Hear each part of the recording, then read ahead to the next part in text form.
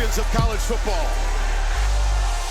What is going on, everybody? Welcome to your opening drive, a pit stop edition, I guess you could say, of the Coach and the Couch Potato. As always, I am Jeremy the Couch Potato. Opposite side of the screen, we got Coach Slate. We are here courtesy of the Barn Baseball and Softball Academy and Cornerstone Home Remodeling. How has your week been, sir? Oh, man, it's been good. It's been a good weekend. We made the trek down to Kentucky for some gymnastics action this past weekend. Had a chance to stay with some family that's down there. So it was fun, man. Willa did great. She got first place in the all-around, and, you know, she just had fun, man. And the place we were at is in Erlanger, Kentucky. I think it's Erlanger. Whatever. Anyway, the indoor facility that they had, oh my God, man. Top notch. One of the best facilities I've ever been in, man. But it's been good, man. How's your week been? It was good. We took a quick little shot over to Fort Wayne yesterday to Okay. hang out with Jaden for a minute. And so that's always good. You know, it's kind of that spot in his schedule where he doesn't get to come home pretty much until spring break. Yeah. And also on the front of the Slater family for the week, I just have to say, MJ's got this.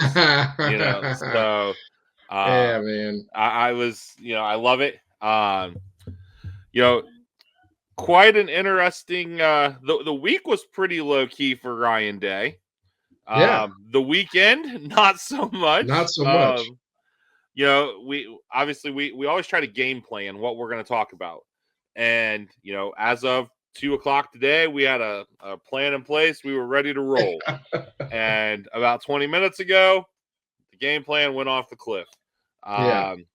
So we will get to Justin Frye. That was what we had planned to kick off things with.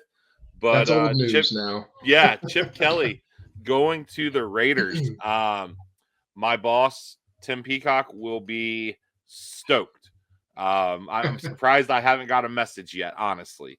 I was actually coming to grips that we might have gotten Chip for another year as the dominoes had started to fall with the OC hires in the league. And then poof, this one kind of comes out of nowhere because it's not a job he was linked to.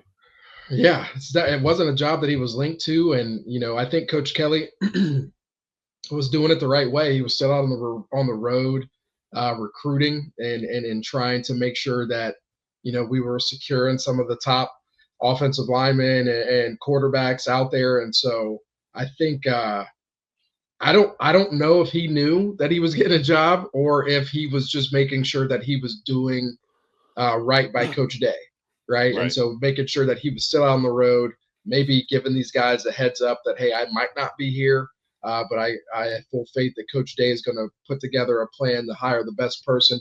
I don't know what was all said out there, but, it's a little bit of a gut punch, but like you said before we came on here, man, when you win a natty, like this is just the expectation. This is what happens. Everybody wants a piece of it, and people forget NIL changes a lot for these college coaches. The idea of recruiting year round and then also trying to pay top dollar for players, it's taxing. And when you're in that age group that Chip is in, he's in his 60s, like, won a natty in year one, why not go just coach ball and actually have a life in the offseason? So I can't fault him. It sucks for us, but I'm happy for him, man. He came and did what he said he was going to do, and we gotta remember that. So yeah, definitely tough though. Definitely tough spot. Yeah, absolutely.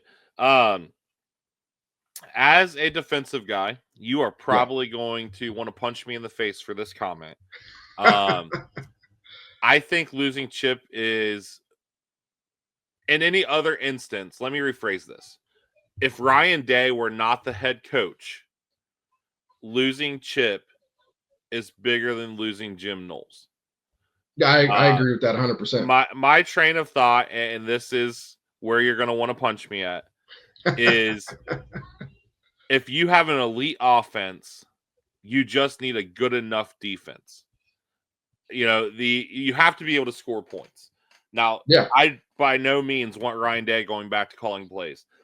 I want Ryan Day doing what he did this year, being the CEO of the team.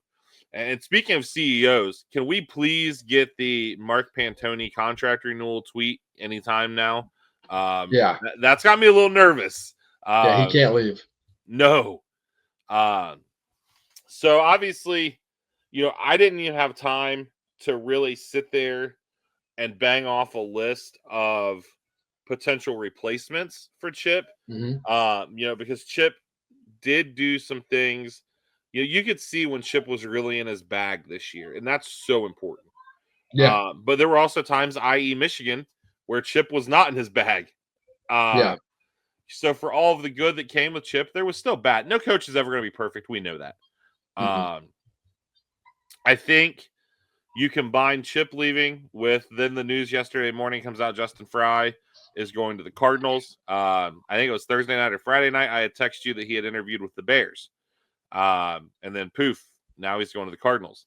I think, this has not been confirmed, stated anywhere. I think this was as good as the offensive line played this year on the back end of the year. I think this was mutual, if in my God's honest opinion. You couple the contract issues, Justin Frye coached his ass off this year. But as we said last week, talking about Jim Knowles, the lifeblood of college football is recruiting. Yeah. Justin Frye dropped the ball a lot of times when it came to recruiting. Yeah.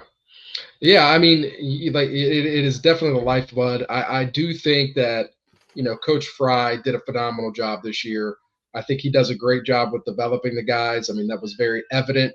As you could see during the playoff run, we had a mixed match of guys that we were rotating in there, and they were playing at a high level, and we ended up winning it all. And so I think that is very appealing and attractive to the NFL. And I think that going to the Cardinals, I guarantee you, Paris Johnson had a lot to say about Justin Frye and the type of coach that he is and the development that he showed under Coach Frye in the year that he had him. And so, listen, I do think Ohio State may have asked him for a pay cut. I don't know.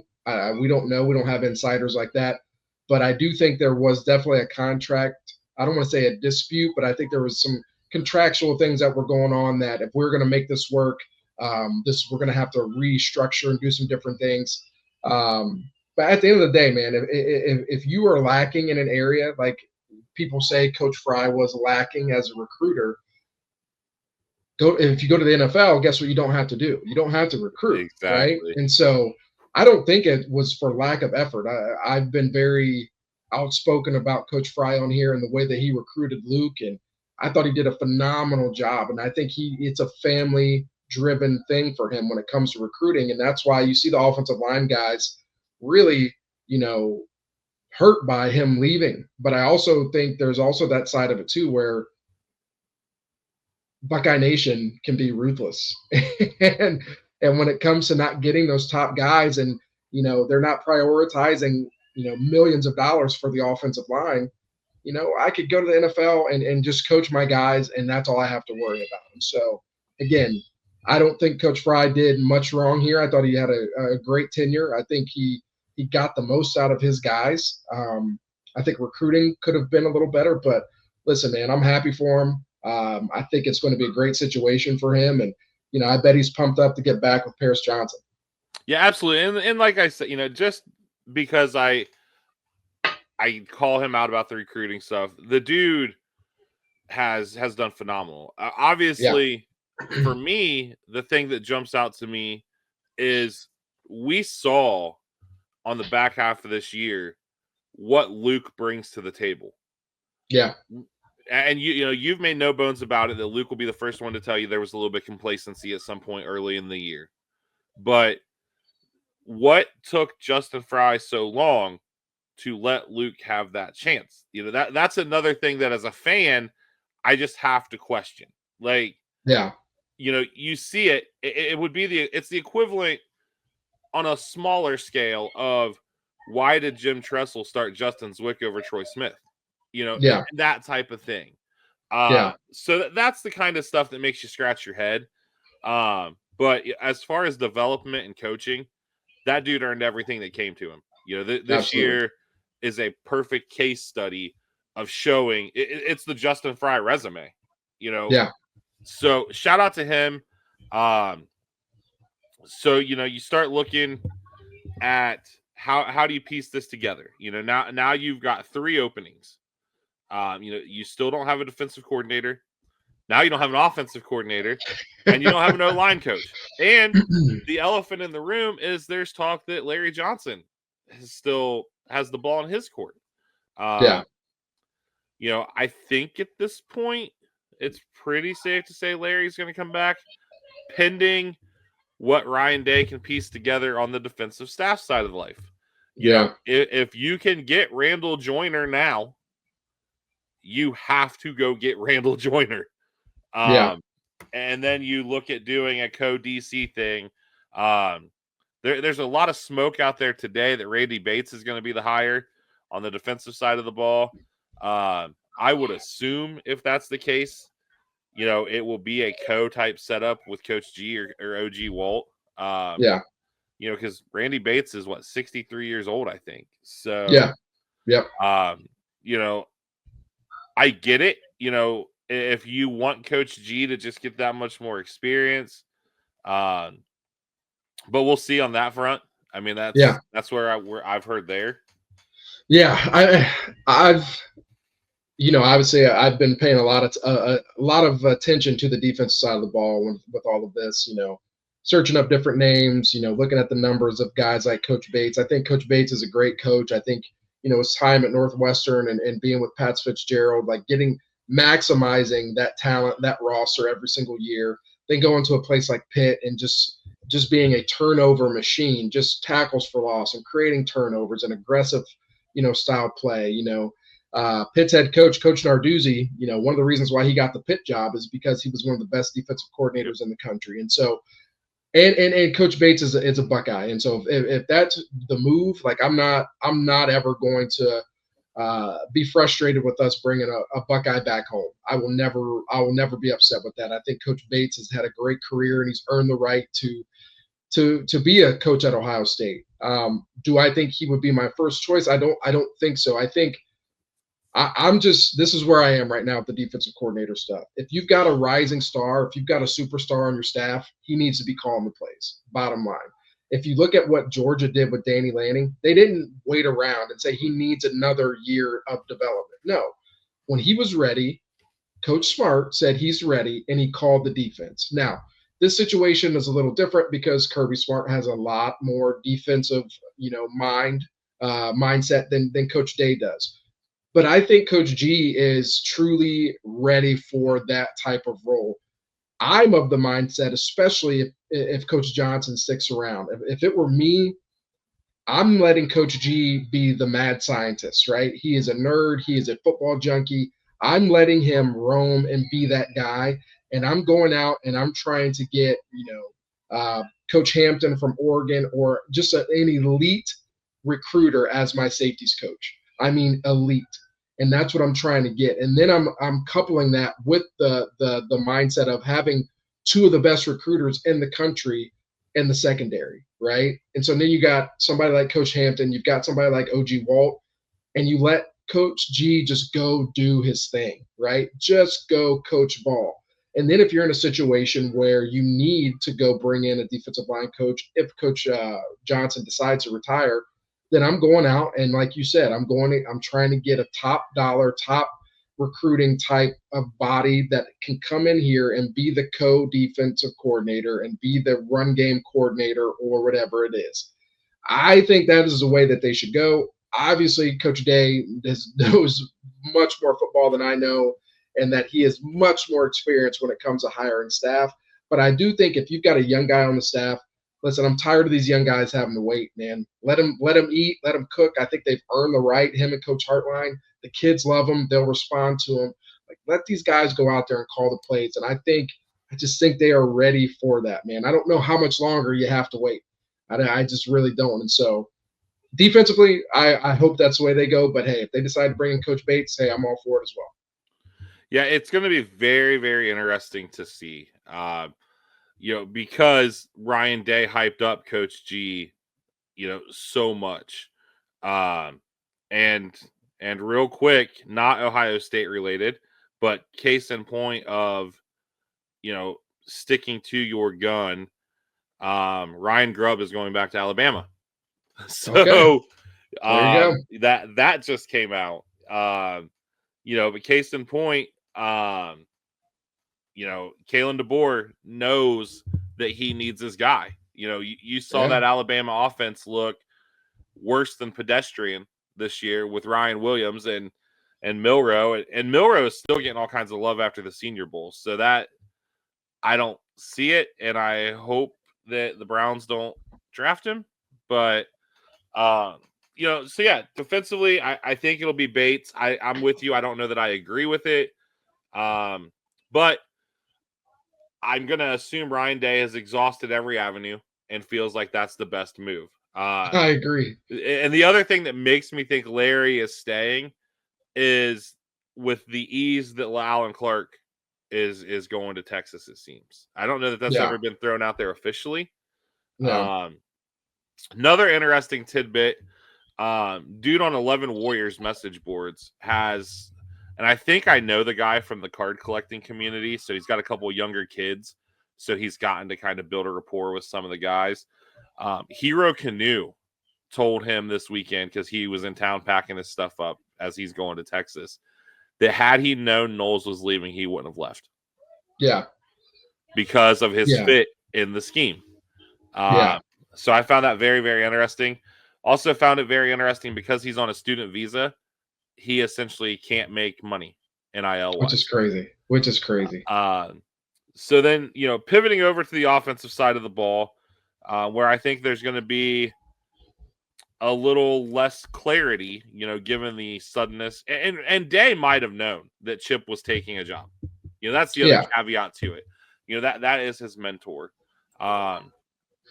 When you look at some potential names to replace Justin Frye, like we were talking before we came on, one of the easy solutions would be to bring in this guy to coach the O-line and kind of mentor Hartline. Maybe you still let Hartline call plays. Kevin Wilson's out there. And we've talked about Kevin Wilson during the playoff run, that it almost seemed like he was around the program. Toby, his son, was on the roster, that type of thing. But it's just been really weird. So if you look at his social media, you would have thought this dude was an Ohio State coach. Yeah. I think Kevin Wilson would be a logical, would make sense, would allow there to be some continuity and familiarity with the offensive linemen that are currently there. Coach Wilson was there when Luke was a freshman. And so, I would totally understand. Actually, Coach Wilson was there up until last year. I would totally understand if that was the route that they went, and I wouldn't fault him at all. I think Coach Wilson is a very good offensive mind. We all know what the Buckeyes offense did under Coach Wilson was just slinging the rock all over the place. And I think with Julian saying, you couple that, I do think there are some really good things that could come from that. The difference is I think there needs to be somebody who is a recruiter at the offensive line. And so that is where you've got to walk a fine line on that. And so if you're wanting a mentor, an older guy who's going to give you 2 or 3 years and really be there to support Coach Hartline, I'm all for it. But I also think, bringing somebody in that can really ramp up the recruiting at the offensive line position, especially in 2026, where we're looking at so many top tier guys that Coach Frye had a relationship with, you're really going to have to start digging deep and finding guys that can go out there and snatch these guys from Ohio and from across the country as well. And so I would understand it. I wouldn't be mad at that. I think Coach Wilson's a great dude. He's hilarious. I've been in meetings with him. He does not hold back, man. He says what's on his mind, and him and Coach Hayden have a great relationship. And so I think he's a great coach. And if that's the route we go, I get it. It makes sense. Coach Day probably needs somebody that he can trust and that he knows isn't going to leave anytime soon. So, hey, I would understand it. I would assume that you would have to bring in a different quarterback coach. We'll see what happens with Billy Fessler, whether he goes with Coach Kelly to the Raiders or if he sticks around. And so I just think there's some moving parts that would have to happen. But hey, Coach Wilson's a great one. He's a Buckeye, and maybe he could help us win another natty. Yeah, I mean, there's another very easy choice in-house. But this guy might go with Chip Kelly too, and that's Tim Drevno. I think that you almost brought him in for this situation. But again, he might go with Chip. He's a Chip Kelly guy. Yeah. Coach Drevno has got a immense amount of experience. He was with Chip Kelly when he actually replaced Justin Frye at UCLA with Chip Kelly. He was at USC as well, offensive line coach, run game coordinator. He's in his mid-50s, been coaching offensive line for a long time. He's got NFL experience. I believe he coached with the Raiders at one point in time in his career. He's a really good coach. Everywhere he's gone, the run game has been very solid. And those last couple of years that Chip Kelly was the head coach at UCLA's run game was one of the top rushing attacks in the entire country. And so Coach Drev is well liked by the players. I do know that for a fact. I think that he brings an intensity to the position. I think he's respected within the industry. I don't know how well he is or how good he is out on the road recruiting. But again, another in-house option, similar to Coach Wilson, that would make perfect sense. You make him the run game coordinator. You couple that up with a Brian Hartline, and then you go get a quarterback coach. And, those are things that you can do, and it would make sense, and it keeps continuity. And coming off a national championship year, those are things that you have to be willing to take a look at. That continuity means something. And so we got to make sure that we keep some things intact. And I think Coach Drev would be a seamless transition into this. Yeah, another interesting name I've heard, because he does have ties to Ryan Day, and it would be another gallon of gasoline on the fire that is becoming Penn State, Ohio State, is Phil Troutwine. Yeah, a great coach. And I think Penn State's offensive line was very solid. I think they've been solid underneath him. He is a good recruiter. He's a younger guy, younger than Kevin Wilson and younger than Coach Drev. And so again, another situation where I would get it. I don't know if he would have like a run game coordinator tag, but I do think if you bring in a younger guy, you're naturally likely going to be better on the recruiting trail. And I think that is something that Coach Day is really going to want. I could also see Coach Day saying, you know what, I'm going to be the one that really handles all the offensive line recruiting. I could see that totally in a situation. So, and he's been doing a lot of that. Yeah. And if you can take somebody from a rival similar to what they did to us, like, hey, I'm not going to complain about that.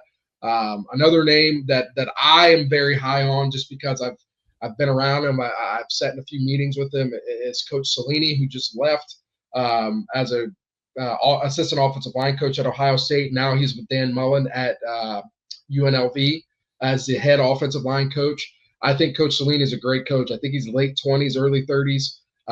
He just got hired, and so you would have a little bit of a buyout, but I believe his contract, and I'm going to say only, and I'm only saying only in the sense of what college coaches make. He's only making like $175,000 a year. I would kill to make that much money. But I think that's another name to keep an eye on. The reason why I think that is you don't have to pay him as much, and he's already got the rapport with the guys. The recruits love him. He's very, very good on the recruiting trail.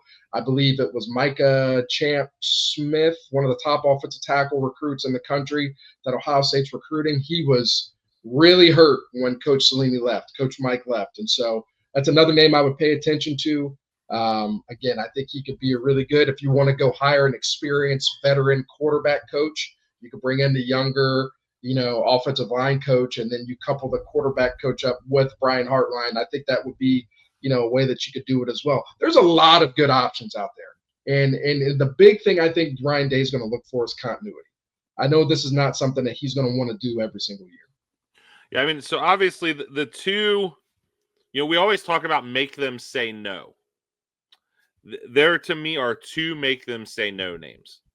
Mhm. One of which has no legitimate coaching experience, but would kill it, would be relatable, and I think would recruit the hell out of kids. And that's LaCharles Bentley. You Yeah. guys have heard us talk about it before. Obviously he's got a very lucrative business going on right now. With developing linemen for the league, high school kids for college. I mean, he's a guru basically. Yeah. But again, he was on campus for some reason at the start of this playoff run. Make him say no. Yeah. Another guy who I'll let you kind of hit on both of these together because I know you're gonna have a lot of thoughts on both of them.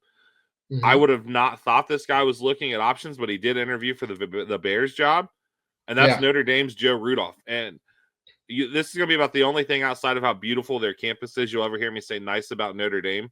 Their offensive line is always legit. Always legit, man. I think Coach Rudolph, in my opinion, is top 5 offensive line coach in the country. I think that being able to have him around with Coach Freeman, I think that is just such a good look for Coach Freeman to have a Coach Rudolph type of guy coaching the offensive line.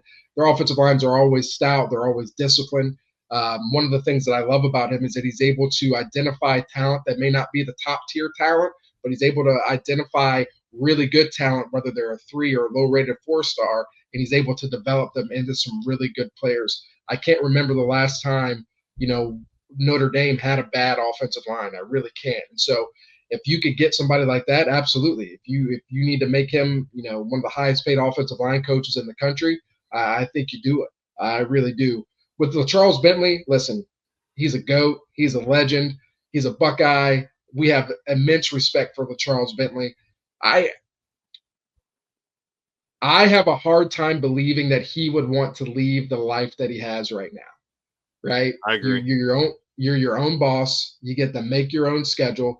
You get to select the players that you get to work with, and you get to see true development out of them, not just for 4 years, for their entire career. Like you could actually work with them for their entire career. I don't know if he would do it. I would not be mad if Coach Day said, hey, I'm going to pay you $2 million. Will you come do this? And if he said yes, then hell yeah, let's do it. Yep. I'm going to be extremely excited about it. I just personally don't see that as a true option because I think his personal business is just so strong and he's so well respected. He's a consultant or an advisor with the NFL. Like he just does so many things and he does them all really well. I have a hard time believing he leaves that to come be scrutinized by Buckeye Nation. But if he decides to do it, then I will probably be screaming at the top of my lungs when the Bleacher Report feed pops up and says that he's our new offensive line coach. I will lose my mind. But I don't think it's going to happen. But hey, like you said, he was on campus. Maybe they were having a conversation. I don't know. That would be nice though. All I know is if you yell and scream, Aaron, I need videos. So if we look to the avenue of, bringing in the experienced O-line coach, you give Hartline the play calling, quarterback coach, you mentioned Billy Fessler. Tell us a little bit about Billy Fessler. I know you are a huge fan. Yeah, I'm a big fan of Coach Fessler. He's an Ohio guy. He was actually at Akron for a couple years with Moorhead, I believe. He left Akron and went to UCLA with Chip Kelly as his quarterback coach. I believe he coached Dorian Thompson-Robinson. He's just a really good young coach. He's well respected in football circles. He came to Ohio State, after not being retained by the new head coach Deshaun Foster at UCLA. So he followed Coach Kelly to Ohio State, and the players and the recruits are big fans of him. The one thing that I always pay attention to, when you lose a coach, you're allowed to have somebody else on your extended coaching staff go out on the road and recruit. Quarterback is a position that if Coach Day isn't going to be the one that's recruiting the quarterbacks, it was likely going to be Coach Kelly. But if you notice, this offseason, Coach Fessler was on the trail recruiting and offering quarterbacks in the 2026 class and even the 2027 class. that is something to me that I would be paying attention to.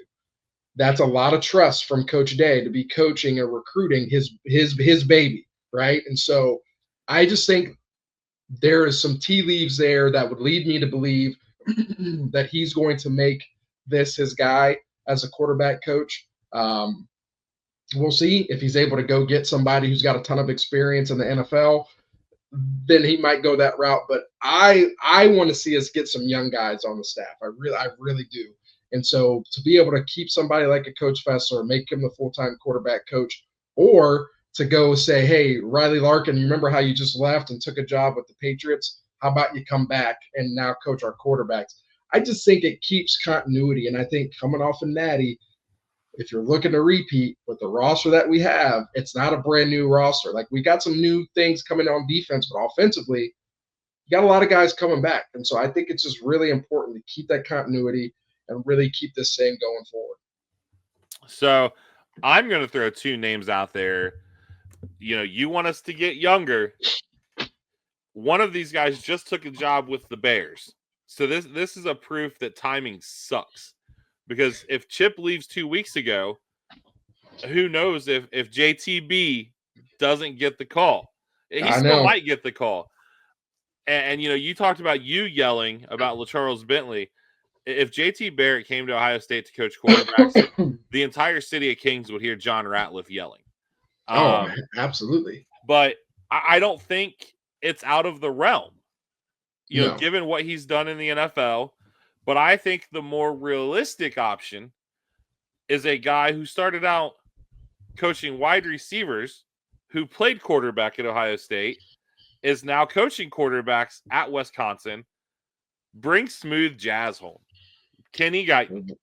Listen, I would not be mad at either one of those. Everybody knows Braxton Miller and JT Barrett, favorite Buckeyes of all time. If we could bring JT back and be our quarterback coach, like, that would be an ideal situation.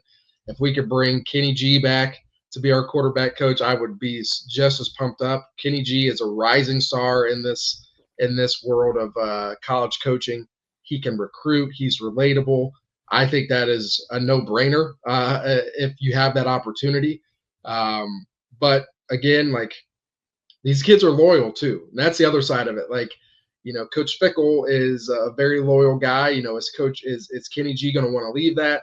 You know, how much money you're going to have to throw at JT to actually get him to leave the Bears? You know, Coach Johnson's taking a chance on him. You know, that's Coach Johnson's guy. He was with him with the Lions. Like, you know, there's a lot of factors that go into it. But heck yeah, man. Like, I don't know if that would be like the top priority. Like, I think they should figure out the offensive line first. But sure. I would definitely make the call to those two guys and see if they're interested. Absolutely. Yeah, I mean, and honestly, you know, Fickell's tenure is in turmoil. You know, the leash has gotten very short out there, to the point there are a couple of somewhat credible people who have said there's a chance Fickell has called Ryan Day about the DC job. You know, maybe. Now, obviously, it hasn't been a Berm or an Austin Ward or somebody like that has came out and said that. You know, but yeah, if you're Kenny G, man, like, that kid is the definition of a Buckeye. And if you could get him, but you're right, the O-line you have to figure out, because you have a quarterback developer on your staff in Day. You know, even if Fessler doesn't get the promotion and stays as a QA guy, you've got him. So obviously it's going to be an interesting week.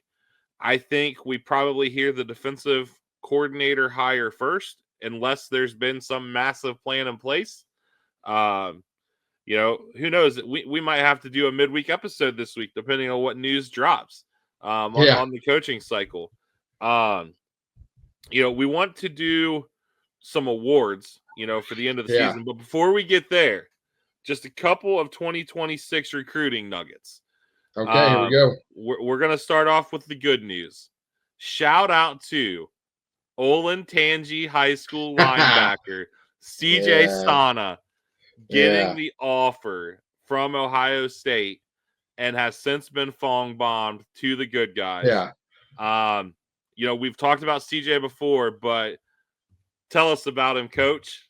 Listen, man, CJ was in my position group this year. Had never really played linebacker before. He was trying to make things really technical. And me and the defensive coordinator just sat down with him and said, "Hey, my guy, stop overthinking. Just go be a dude." And once that was unleashed, my word, like I don't know if I've ever seen a linebacker like him. And I've coached some really good ones, man. But this kid was just special. Could just make plays sideline to sideline. The other part is too, man. He's a phenomenal young man. I've said this about so many of the guys. Luke. Montgomery, Ryan Montgomery. Some of the guys I coach up at Finley. Some of the guys I coach at Harding, Pleasant. The CJ is one of those kids that you pray your daughter marries, right? Like that he's just that type of guy. He's got a great head on his shoulders. He's a academic all Ohio kid. Just an all around great kid, nationally recognized as a shot and discus thrower. So he's a multi-sport athlete. He is just a type of kid that you want in your program. His best football is ahead of him.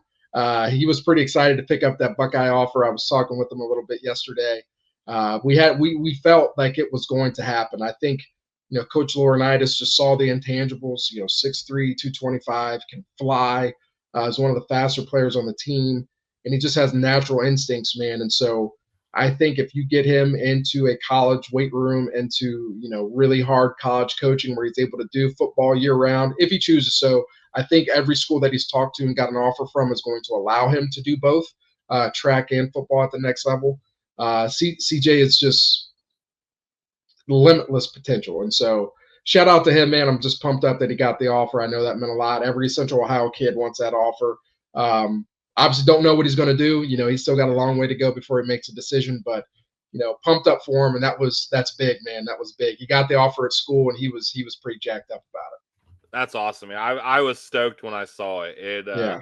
It's wild, man. You make the move down there.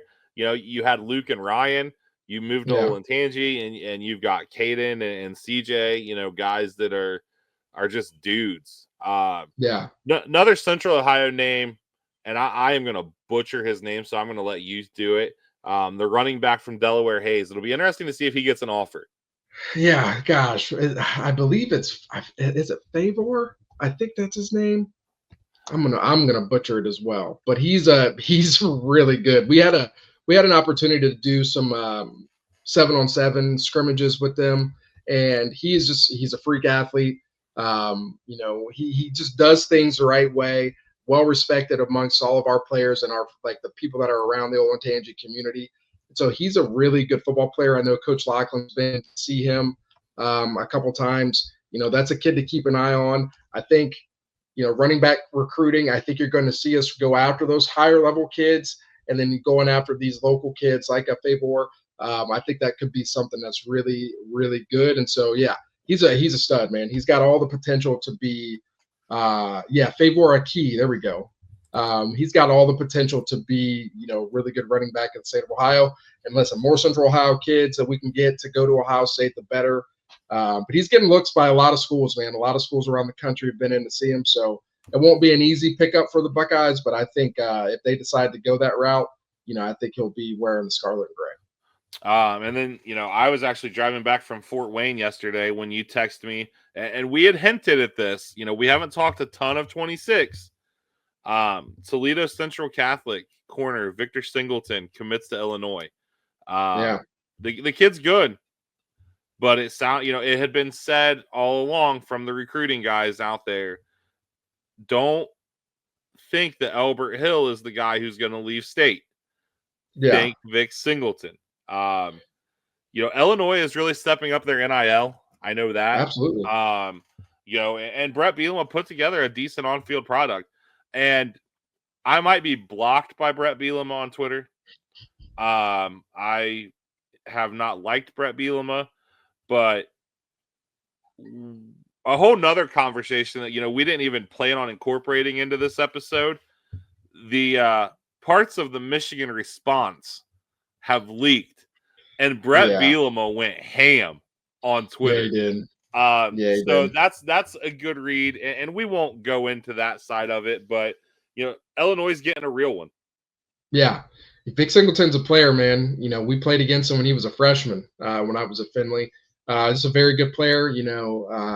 Marion Harding's own Gene Rucker is up there helping out, coaching the tight ends and helping out with the offensive line as well. Gene speaks very highly of the kid. When you hear some of the things on the recruiting trail, I think NIL was definitely a motivation. I could be wrong on that, but I think being able to go somewhere like in Illinois and potentially have a chance to make more money and to get on the field earlier definitely weighed into his decision. I would love to have seen him in the Scarlet and Gray, but here's one thing, man. Recruiting Toledo, Ohio is not an easy thing to do. They're closer to Ann Arbor than they are Ohio State, Yes. right? So they grow up and they may not always be Buckeye fans. They may be rooting for different schools. And so that connection isn't always just a given that it's going to happen. And so I think he's going into a situation where he's going to be able to get on the field early. And like you said, Coach Bielema, good, bad, or indifferent, he knows how to coach football. And Illinois' defense has been pretty solid, under Ryan Walters before he left to go to Purdue, and now under their DC currently. I think their defense is very, very solid. And so they got a dude, man, and I think he'll get on the field very early. Yeah, absolutely. Obviously we will dive into 26 recruiting deeper, as the offseason progresses. But before we can dive into 26, we got to get through this coaching stuff, and then we got to kind of wrap up the 24-25 season. Yeah. So we wanted to hand out some hardware per se. We don't really have any physical hardware, but so the awards we're going to do are MVP, Offensive Player of the Year, Defensive Player of the Year, Coach of the Year, Unsung Hero. I couldn't come up with a better name than that. The Leader, Most Improved, and then Regular Season and Playoff Moments of the Year. Yeah. So let's start with Season MVP. This can be offense, defense, special teams. We said at the beginning of the year, Ohio State would go as far as one person. Yeah. And after the thank you video that this kid put out this week, I wouldn't wish it on him, but Andrew Berry, do the right thing and draft Will Howard. Yeah, man, that's my season MVP as well, man. I think the leader that he was, it just reminded me so much of a JT Barrett. And I just think, it's not a knock on Kyle McCord. It's not a knock on CJ Stroud. I think they were both very good quarterbacks. And obviously CJ Stroud is one of the better young quarterbacks in the NFL. I just think there was a voice that needed to be heard in that locker room, on the field consistently. And I think Will Howard was that. I'm not saying CJ didn't do that. I'm not saying Kyle didn't do that. It's just the way that Will did it. It resonated with the guys, and you could see it. You could see that he was a true leader of the team.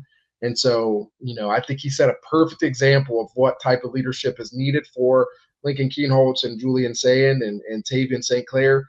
And so there was no doubt in my mind that was going to be my season MVP as well. So Offensive Player of the Year. This one was tough because we originally were going to do a playoff run Offensive Player of the Year. And if we had done that, I would have given it to Quinshon Judkins. Yeah. But who is your Offensive Player of the Year? All right. So I went back and forth between two guys, Travion Henderson and JJ Smith. I feel like I wanted to make sure I gave Travion his flowers for the type of guy that he is and the Buckeye that he is and the way he represented Buckeye Nation and just sticking around for 4 years, dealing with all the scrutiny.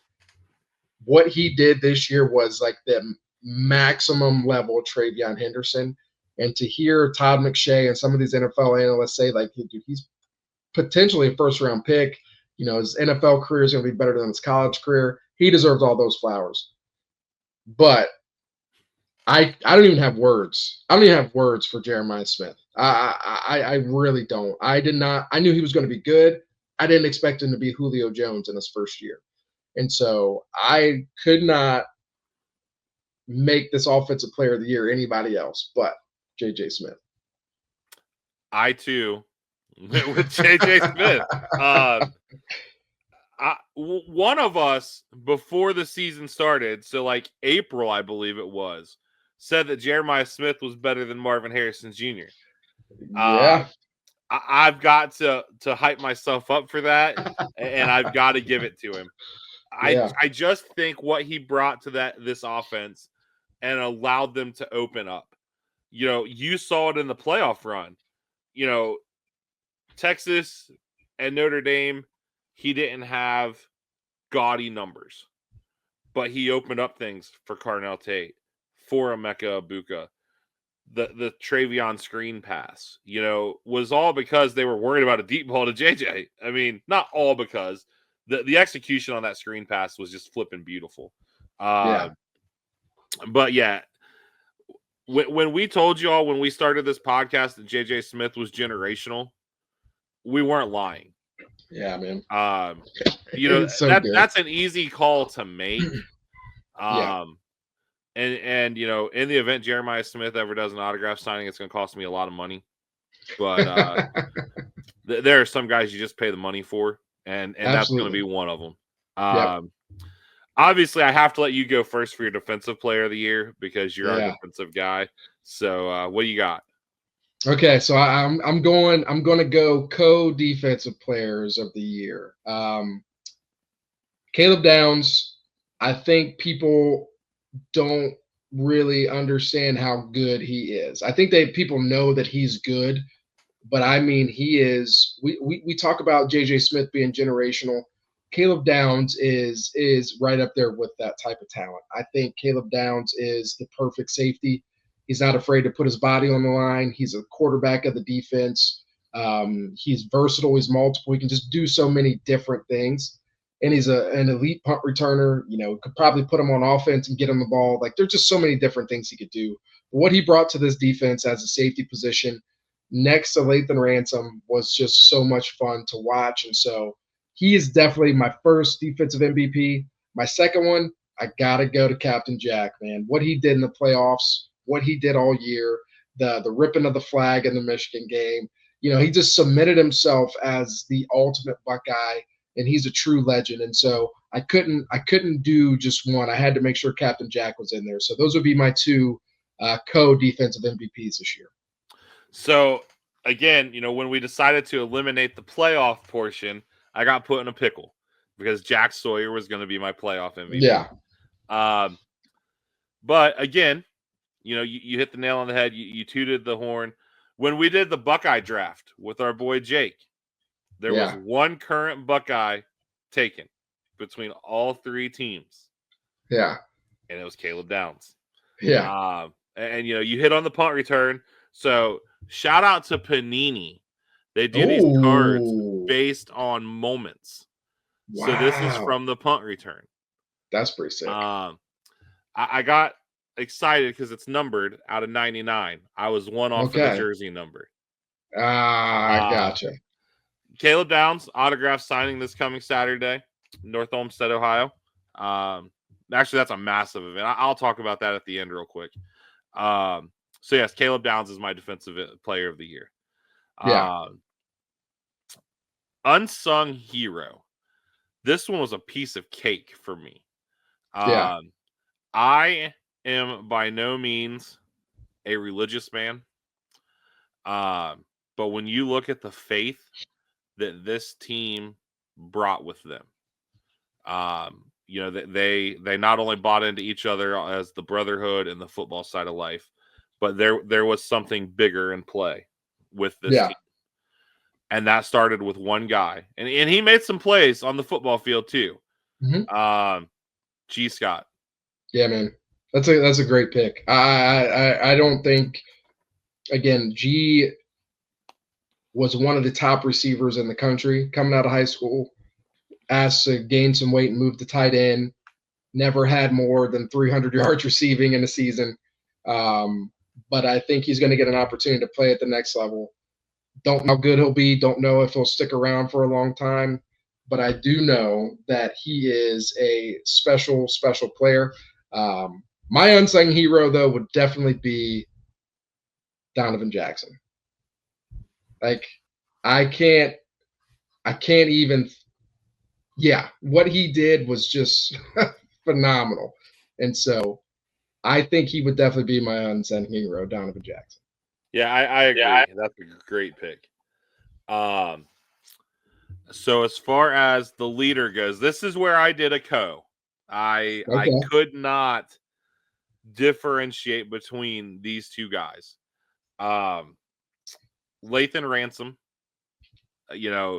retribution, man. The Yeah. injuries, the slip versus Georgia, and then to come out this year and make yourself a decent amount of money.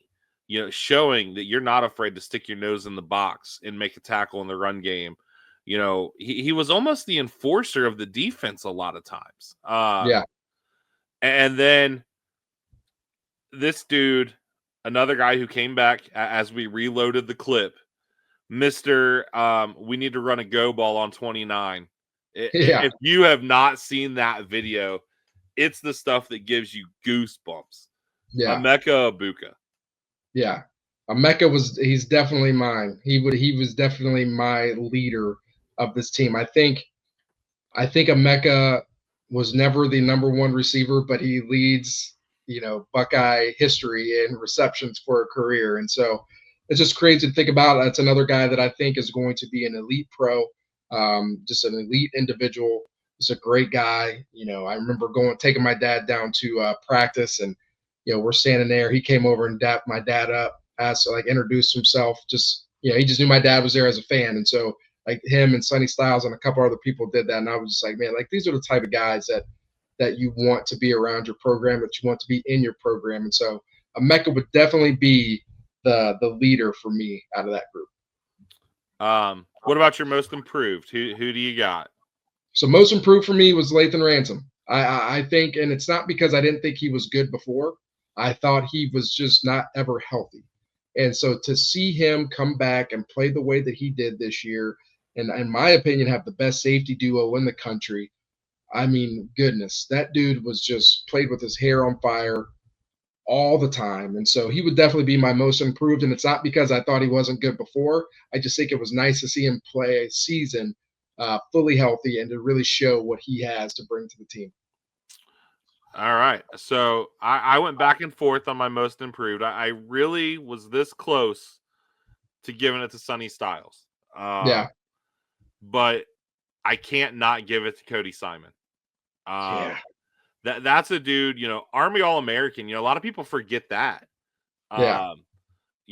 Comes in, never really finds a role in the rotation. But we had some guys in there, like Tommy Eichenberg, a thumper. Tommy Eichenberg did his job. Let's just call it that. But Cody Simon, man, to see what he did as the year went on and on and on and on, perfect dude for the zero, the block go. So that's my most improved. Yeah. Good pick. Coach of the year. As the coach, I'm very excited to hear where you go with this because I have a sneaking suspicion we might go the same way.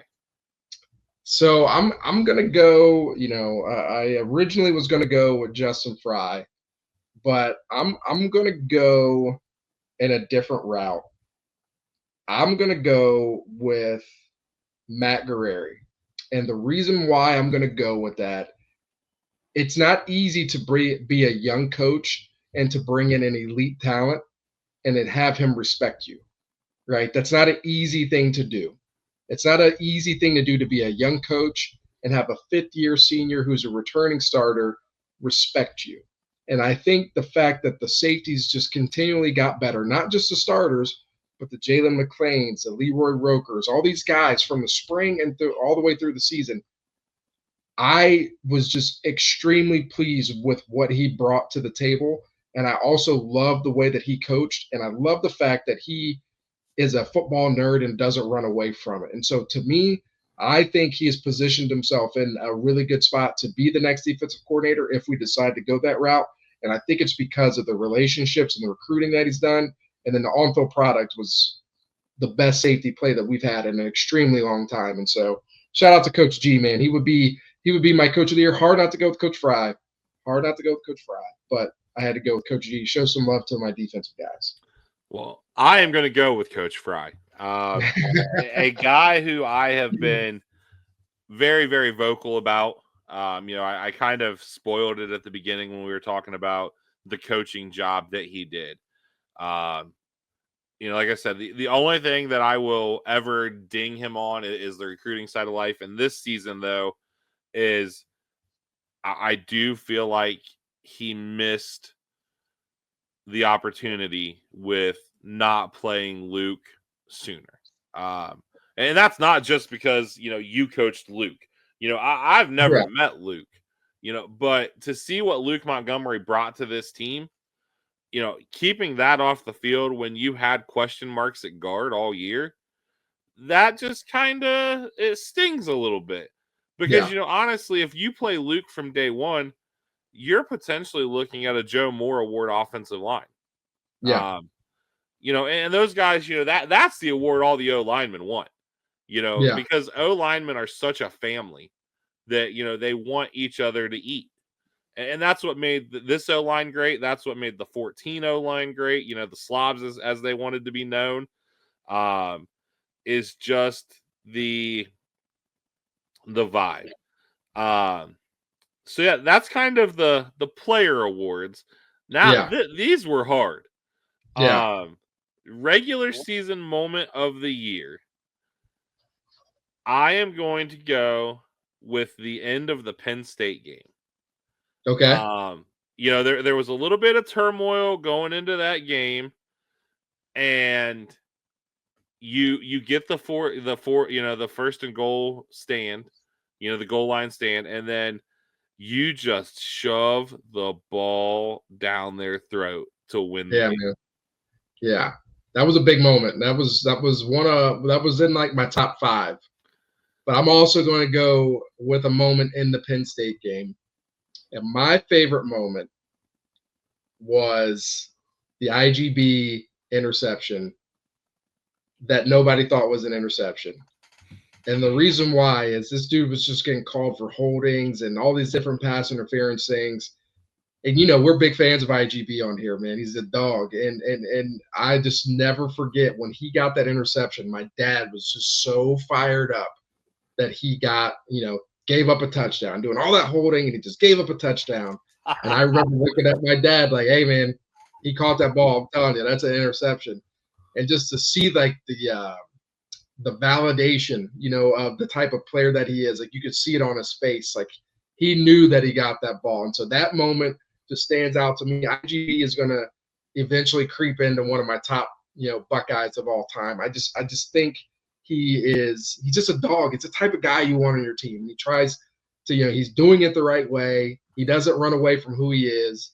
The picture with him, flipping the bird in the summer with all the other DBs, like, and then he turns around and he's thanking Christ. You know what I mean? Like, he's just all over the place, man, but he's a good dude. And so for him to make that play, man, that's something that I will not forget, man. That was such a big play in that game. Yeah, I love it. Playoff moment of the year. I really wanted to go with the Tennessee game as a whole because that was a giant middle finger to the lunatic fringe, as you would say. But I can't do it. Especially because I didn't give this guy an individual award. And I think you guys all saw and heard how excited I was for him after this moment. Scoop and Sawyer. Jack had his moment ripped away from him. As I've said previously, that pick and the Michigan game should have been Jack Sawyer's holy Buckeye moment. Yeah, absolutely. But for him to get retribution in a bigger way on a bigger stage in Texas's backyard against Quinn Ewers, who everything comes full circle with, and his last completed pass, just like his first completed college pass, was to a Buckeye. So Scoop and Sawyer is my playoff moment. It's a good one, man. And that was what I was going to go for. But then I started thinking about Coach Day. And for me, I've been there, like we've talked about, on a much lower level. But I remember, doing things and winning games that they said that we couldn't win. I remember my first win as a head coach. I remember the big win against Pleasant. I remember beating River Valley, playing 14 freshmen, right? Just doing things that people didn't think we could do. And the validation that you kind of feel as a coach, because you and your staff have just been under the gun and facing so much scrutiny from every single individual. And then you go out there and you accomplish something that nobody said you could do. And my favorite playoff moment was when Coach Day knew that he won. He had no idea what to do with himself. And he just grabs his headset and he freaking throws it into the crowd. That feeling right there, he will never experience that again.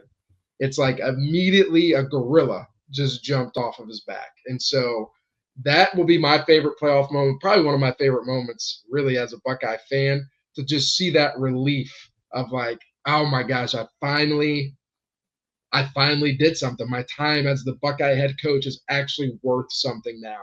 And I know that's what was going through his head. You and I didn't think that. You and I always talked about Coach Day being a great coach, one of the winningest coaches of all time when it comes to win percentage.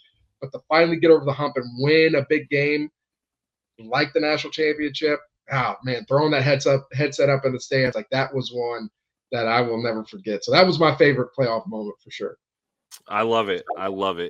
So yeah, I mean, that kind of brings everything full circle. Onward and upward. Like I said, I'm sure we'll have some coaching stuff to discuss next week. We'll see what the week brings, because at this point, you don't know. And then, yeah, real quick, I hit on the whole autograph thing. Massive autograph signing Saturday outside of Cleveland. 15 guys. Wow. Yeah, your boy Luke is there. I don't even know if I could name them all off without forgetting somebody. Obviously, the big fish is Will Howard that day. So Will Howard, Caleb Downs, Carnell Tate, Brandon Ennis, Quinshawn Judkins. Wow. Let's see.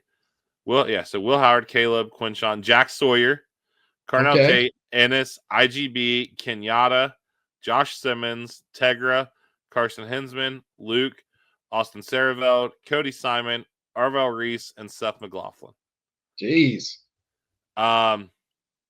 Not a cheap day by any stretch of the imagination, but we do try to throw some memorabilia stuff out there, so just wanted to throw that out.